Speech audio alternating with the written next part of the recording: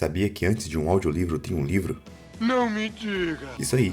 Se vocês estão ansiosos para saber o que vai acontecer e não querem me esperar, podem acessar o web novel pelo link no comentário fixado. É isso aí. Fiquem com o vídeo. Ei, já deixaram o like? Night of Chaos, capítulo 20, Lucro Fácil. Fernando estava caminhando calmamente pelas ruas de Vento Amarelo. Seu destino era a 13ª guarnição. Porém, para o seu desamparo, ele não sabia onde ficava este lugar. Se bem me lembro, ele disse que era a 13ª guarnição, mas não faço ideia de onde isso fica. Talvez eu devesse me informar. Havia um rapaz de roupas brancas passando do outro lado da rua. Fernando resolveu pedir informações a ele. Com licença, gostaria de pedir uma informação. Você saberia onde fica a 13ª guarnição? 13ª guarnição? É claro que sei. Essa guarnição é bem famosa pelo seu capitão lunático. Quem em Vento Amarelo não a conhece? Você poderia ser do novo lote de recrutas? Fernando ficou surpreso. Ele fez uma pergunta e recebeu 3 perguntas como resposta. Isso o lembrou de um episódio do Chaves no qual dizia: só os idiotas respondem uma pergunta com uma pergunta. Mas obviamente não iria falar isso. Isso mesmo, eu sou um novo recruta. Eu conheci alguém dessa guarnição e gostaria de encontrá-lo. Fernando respondeu. Entendi. A 13ª guarnição fica próxima do Portão Sul. Na verdade, é bem fácil de encontrar. É um lugar com grandes portões negros. Mas eu recomendaria que você não fosse até lá. Há rumores que o capitão responsável por essa guarnição é um lunático que mata sem hesitar qualquer um que o ofenda. Soube até que um executivo júnior do salão de recepção foi morto por suas mãos devido a um desentendimento entre os dois. Se não fosse pelo fato que ele tem um grande potencial de crescimento e puder acabar sendo de um alto cargo no futuro, o salão jamais o perdoaria. O homem de branco conciliou enquanto dizia a última parte em voz baixa. Fernando ficou um pouco assustado. Um lunático que mata pessoas a bel prazer sem consequências? Isso certamente faz alguém pensar 2 vezes antes de visitar o lugar. Mas não é como se ele não soubesse nada sobre violência. Afinal, no Brasil, assaltos e latrocínios acontecem com frequência. Andar na rua à noite, principalmente nas metrópoles, é quase para pedir para ser assaltado. Mas, talvez por sua aparência e roupas surradas, ele nunca foi. Eu agradeço o aviso, mas eu realmente preciso ver um conhecido lá. Obrigado por indicar o local, respondeu ao rapaz. Você que sabe, já dei o aviso. Não é problema meu se você for lá e morrer. Depois disso, o homem de branco continuou andando sem se importar com Fernando. Apesar de relutante devido ao aviso, Fernando seguiu para o sul da cidade, onde estava localizada a guarnição. No caminho, Fernando avistou diversas pessoas andando para cá e para lá, muitas entrando e saindo das lojas e restaurantes. Porém, conforme foi se aproximando do sul da cidade, percebeu que a quantidade de transeuntes diminuiu consideravelmente. Anteriormente, ele via pessoas com roupas comuns, e alguns com roupas de recruta como as dele, além de vários soldados. Mas agora, ele praticamente só via soldados com armaduras negras. Ele imediatamente se lembrou dos militares que viu quando acordou neste mundo. Eles também usavam esse tipo de armadura. Depois de caminhar por alguns minutos, finalmente avistou um grande prédio cercado por um extenso muro com portões negros. Este local parecia ser o local da 13ª guarnição. Fernando se aproximou dos portões e viu cerca de meia dúzia de soldados na frente. Alta aí, rapaz. O que um mero recruta como você pensa que está fazendo andando por este local? Sai daqui antes que eu te dê uma lição. Um homem com rosto intimidador disse ameaçadoramente. Me desculpe, mas eu gostaria de ver um conhecido. Ele disse que era dessa guarnição. Um conhecido? Me poupe dessa sua baboseira, moleque. É o último aviso. Não me culpe por fazer você sangrar depois. Vaza! O guarda disse ferozmente enquanto inclinava sua lança para a frente. Fernando ficou assustado. Diferente de um amador como o Brutamonte Marcos, esses guardas eram profissionais que estavam neste mundo há muito tempo. Ele claramente não era páreo para qualquer um deles, quanto mais 6 juntos. Ele instintivamente recuou um passo para trás e pensou em dar as costas e ir embora. Mas ao pensar com cuidado, ele não achou que Raul iria para procurá-lo na guarnição apenas para meter em uma enrascada. O homem bombado não parecia esse tipo de pessoa. Então resolveu usar o nome do Raul, talvez algum dos guardas o conhecesse. Eu estou dizendo a verdade. Eu conheço alguém chamado Raul. Ele me disse para vir aqui. Disse rapidamente dando um passo para trás. Eu já disse para cortar a baboseira. Você não me ouviu? Então só me resta te ensinar uma lição. O sujeito avançou com um sorriso feroz. Fernando estava extremamente nervoso, mas rapidamente colocou a mão sobre seu ombro para sacar a espada curta em suas costas. Assim que o guarda de aparência feroz deu 2 passos para frente, alguém gritou. Espere! Disse um dos homens que estava junto ao portão. O que foi, August? Não vai me dizer que está com pena desse pivete. Ele é um mero recruta e desobedeceu um comando de alguém da 13ª guarnição. Você acha que eu vou deixar isso passar sem tirar um pouco de sangue dele? O sujeito feroz disse com raiva. Fernando não sabia quem era o homem que interveio, mas ele deu um suspiro por dentro. Suor frio escorria de sua testa. Ele já estava arrependido de não ter ouvido o conselho do sujeito antes. Calados, alvos. Quando você se juntou à guarnição, já estava aqui há 2 anos. Você acha que eu deixarei isso passar também? O homem chamado August disse friamente. Então o que é? Por que você me parou? Agora há pouco esse garoto mencionou Raul. Ele não poderia estar falando do urso tirânico a Raul, poderia? Assim que o August disse essas palavras, silêncio permeou entre os 6 guardas. Savos, que antes tinha um rosto feroz, subitamente palideceu, parecendo uma pessoa completamente diferente. Que besteira você está falando, August? Como um mero recruta poderia conhecer o urso tirânico? Isso mesmo, August. Você deveria tomar mais cuidado ao citar o alto escalão da guarnição. Outro guarda falou. Pense bem. O capitão foi encarregado recentemente pelo salão de ir buscar o novo lote de recrutas na matriz do Oeste. O urso tirânico sempre segue o capitão em todas as missões. Talvez o garoto esteja dizendo a verdade e tenha conhecido ele lá. August disse secamente. Assim que o sujeito falou isso, choque e medo foram descritos nos rostos dos outros 5 homens. Isso não quer dizer que poderíamos ter indiretamente ofendido o urso tirânico? Um dos guardas disse, quase gaguejando. Um arrepio frio percorreu a espinha de Zavos, pois sabia que se isso chegasse ao ouvido do urso, ele, como o quase agressor, certamente seria severamente punido. Não apenas o capitão da 13ª guarnição era cruel, mas até mesmo seu alto escalão também era. Como um de seus principais homens sob o capitão, o urso tirânico também detinha uma fama sanguinária. Assim que os 6 guardas chegaram a conclusão semelhante, todos pensaram olhar Fernando como se fosse sua única salvação. Até mesmo August, que era o mais composto dos 6 homens, estava exasperado. Fernando, que não conseguiu ouvir direito a conversa entre os guardas, notou uma mudança drástica na atmosfera. Escuta, jovem, parece que houve um mal-entendido aqui. Pensávamos que você era algum recruta aleatório tentando causar problemas. Não sabíamos que você era amigo do urso tirânico Raul. Se soubéssemos, jamais teríamos sido tão rudes. Espero que você possa nos perdoar. E, se possível, não mencionar os acontecimentos de hoje a ele, por favor. Salvos, que outrora tinha um rosto feroz e intimidador, agora parecia ter apenas um semblante assustado e suplicante enquanto falava, parecendo ser uma pessoa completamente diferente. A mudança drástica de atitude dos guardas chocou Fernando. Ele não sabia o que aconteceu exatamente. Que estranho, esses guardas pareciam que iam me atacar a qualquer momento, e agora mudaram 180 graus. Isso foi depois que citei o Raul. Eles também falaram algo sobre o urso tirânico. Será que aquele cara é realmente famoso e temido na 13ª guarnição? Ou será que é apenas um mal-entendido e sejam pessoas diferentes? Ah, que seja. Independente do que for, consegui me livrar dessa enrascada. Fernando pensou enquanto suspirava aliviado.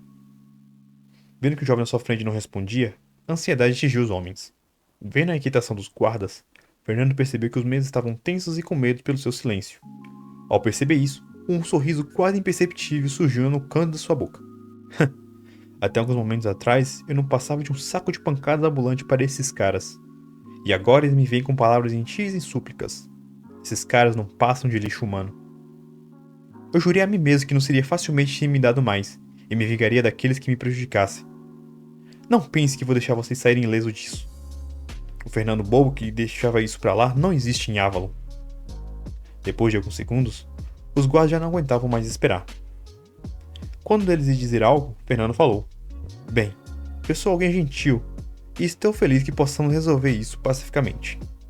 A declaração de Fernando surpreendeu os guardas. Assim que todos estavam prestes a se sentir aliviados, a segunda parte da frase os fez estremecer. Porém, eu e meu amigo Raul, o urso tirânico, somos muito próximos. Nos conhecemos há pouco, mas somos quase como irmãos. Eu realmente não consigo me ver mantendo o segredo entre nós. Isso seria uma mancha negra em nossa amizade. Não sei se conseguiria lidar com isso pelo resto da minha vida. As palavras de Fernando fez o coração dos 6 homens se encher de medo. O rapaz com certeza ia contar tudo ao urso tirânico. As pernas de Zavos começaram a amolecer como se fossem geleias. E se não fosse pelo apoio de sua lança, certamente teria caído de medo. Senhor, por favor, não faça isso. Se o urso, o Sr. Raul souber que maltratamos um dos seus amigos, seremos severamente punidos. Por Por favor, tenha misericórdia. Um dos guardas não aguentava mais, implorou enquanto se ajoelhava com um dos joelhos no chão em frente ao jovem pálido. A situação surpreendeu até mesmo Fernando. Será que Raul, que eu conheço, é tão assustador assim? Aliás, será que é o mesmo Raul? E se não for, pode ser que eu esteja cavando minha própria cova aqui. Mas enfim, não tem como voltar atrás agora. Fora que eu também quero retribuir a quase agressão que sofri desses caras. Bem, assim vocês me deixam em um dilema. Eu não quero esconder segredos do meu amigo, mas também não quero prejudicar vocês. Estou indeciso. 50% sobre qual escolhi. Se ao menos tivesse algum incentivo que me fizesse escolher um dos dois? Fernando disse enquanto fazia um rosto de indecisão.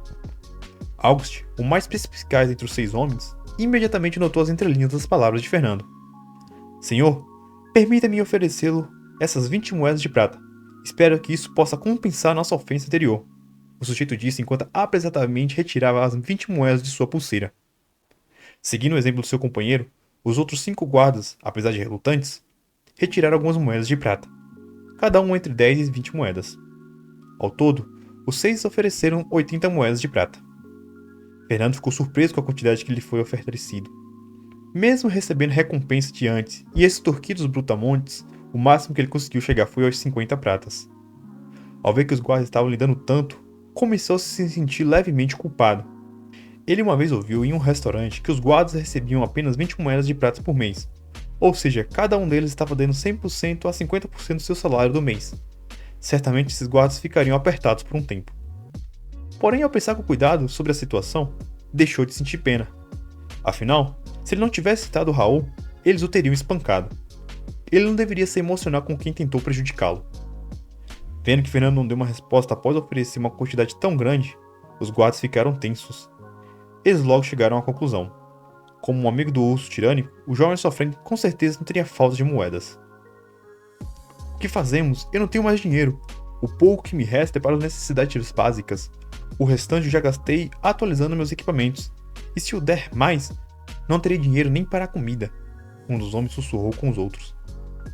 Os outros assinaram com a cabeça, pois estavam em uma situação semelhante.